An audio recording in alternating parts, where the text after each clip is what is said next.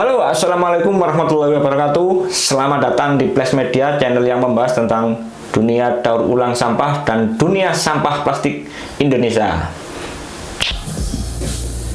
Oke, di video kali ini saya akan sedikit berbagi tentang konsep daur ulang sampah, terutama konsep daur ulang sampah plastik. Mungkin sudah saya singgung di konten-konten sebelumnya tentang apa itu daur ulang sampah. Tetapi di konten kali ini akan lebih saya jelaskan secara detail agar teman-teman di luar sana paham tentang konsep bagaimana daur ulang sampah itu dan apa yang melatar belakangi daur ulang sampah plastik itu. Oke, sebelum kita mulai, mari kita kumpulkan energi agar kita lebih bersemangat menyaksikan info-info seputar daur ulang sampah plastik. Mari kita mulai.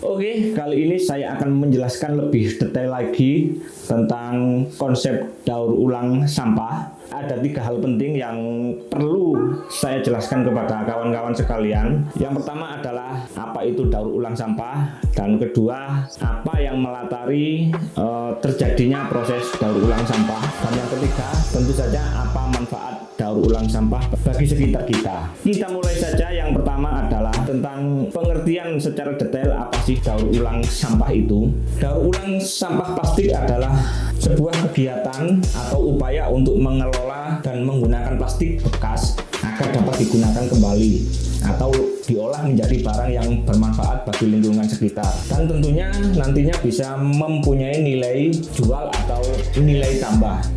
Tindakan ini bertujuan untuk mengurangi dan mengatasi adanya pencemaran dan kerusakan lingkungan yang disebabkan oleh kita sendiri, yang mungkin era-era dulu kita sering membuang sampah sembarangan. Terus apa yang melatar belakangi sehingga terjadi kegiatan yang menjadikan proses daur ulang sampah itu penting? Tentu saja dalam dunia sampah secara umum kita mengenal 2 jenis sampah yang ada di bumi ini. Pertama adalah sampah organik dan kedua adalah sampah anorganik. Sampah organik adalah sampah yang terdiri dari bahan-bahan penyusun tumbuhan dan hewan yang berasal dari alam sekitar kita, atau sampah yang dihasilkan dari kegiatan pertanian, perikanan, barang rumah tangga, dan lain-lain.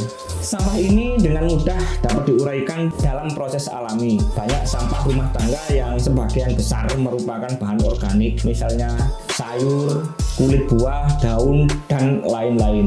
Sampah organik ini dapat dengan mudah terdegradasi atau membusuk dan bisa diproses secara alami oleh alam kita. Jadi untuk yang jenis sampah organik ini, teori daur ulang sampah untuk jenis organik ini tidak berlaku. Yang kedua adalah sampah anorganik. Sampah anorganik berasal dari sumber daya alam yang tak bisa diperbarui seperti mineral dan minyak bumi, atau yang berasal dari proses industri. Beberapa dari bahan ini tidak dapat diproses secara alami seperti plastik dan aluminium. Sampah jenis ini banyak berasal dari botol kaca, botol plastik, kaleng-kaleng besi atau kaleng logam. Tentunya sampah jenis ini tidak mungkin terurai secara alami di alam kita.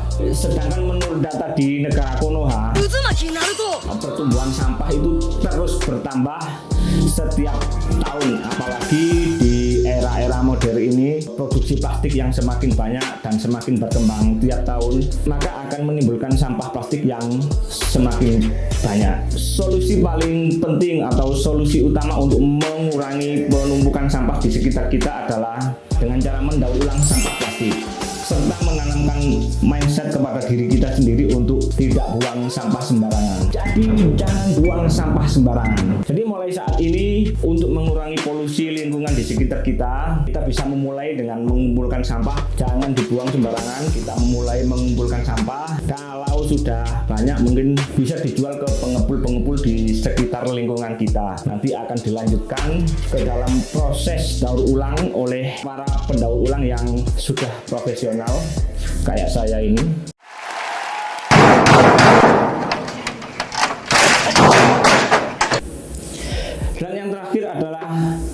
sih tujuan dan manfaat dari upaya atau proses daur ulang sampah plastik atau secara umum daur ulang sampah?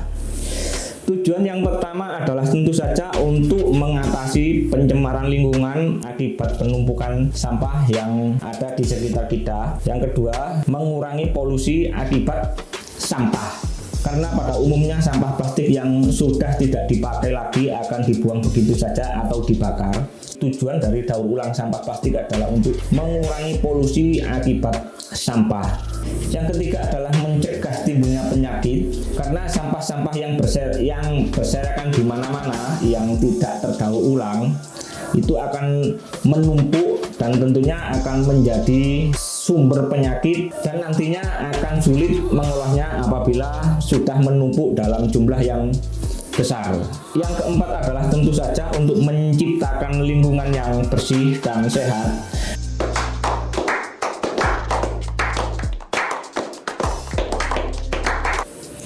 Dan yang terakhir adalah untuk meningkatkan pendapatan masyarakat, karena mungkin di era-era dahulu yang belum mengenal tentang bisnis daur ulang sampah plastik dan mungkin jarang pemain di dunia sampah plastik. Mengelola sampah itu kan identik dengan hal-hal yang kumuh dan kotor, mungkin banyak orang belum tertarik masuk ke industri sampah plastik. Tetapi di era-era sekarang saat ini, usaha mengelola sampah plastik ini bisa menjadikan bisnis alternatif dan bisa mendapatkan penghasilan dari daur ulang sampah. Sampahmu adalah rezekiku. Dan yang kedua, tentu saja usaha di bidang daur ulang sampah ini banyak menyerap tenaga kerja, terutama tenaga kerja yang non skill, artinya mereka-mereka yang tidak mempunyai jenjang pendidikan yang mumpuni untuk bisa bekerja di instansi-instansi atau bekerja di pabrik-pabrik.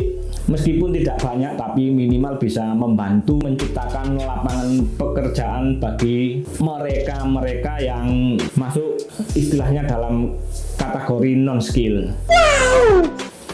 Dan sedikit opini pribadi dari saya bahwa bisnis daur ulang sampah ini adalah bisnis yang tergolong stabil.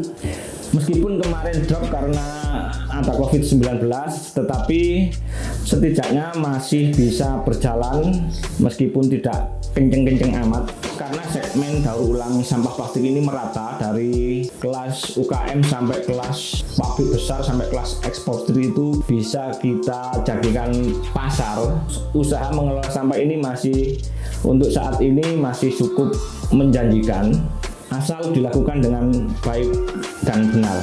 Oke, sekian dulu. Sampai jumpa di video selanjutnya. Semoga bisa dipahami. Bila ada pertanyaan, kritik, dan saran, silahkan komen-komen di bawah. Sampai jumpa di video selanjutnya. Assalamualaikum warahmatullahi wabarakatuh.